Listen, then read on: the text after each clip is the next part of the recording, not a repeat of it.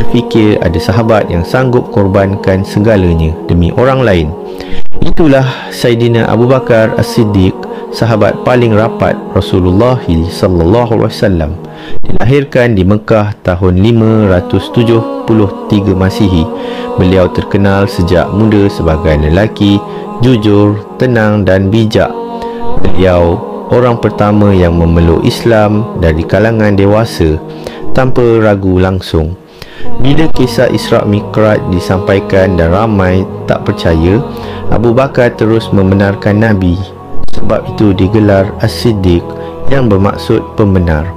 Masa hijrah ke Madinah, beliaulah yang temani Rasulullah bersembunyi dalam Gua Sur, rela hadapi bahaya bersama.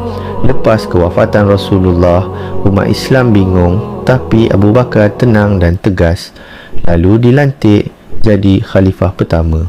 Dalam pemerintahannya, banyak wilayah Islam disatukan dan beliau juga arahkan pengumpulan Al-Quran dalam satu mushaf selepas ramai hufaz gugur dalam perang. Pemerintahannya cuma 2 tahun, tapi cukup meninggalkan kesan besar.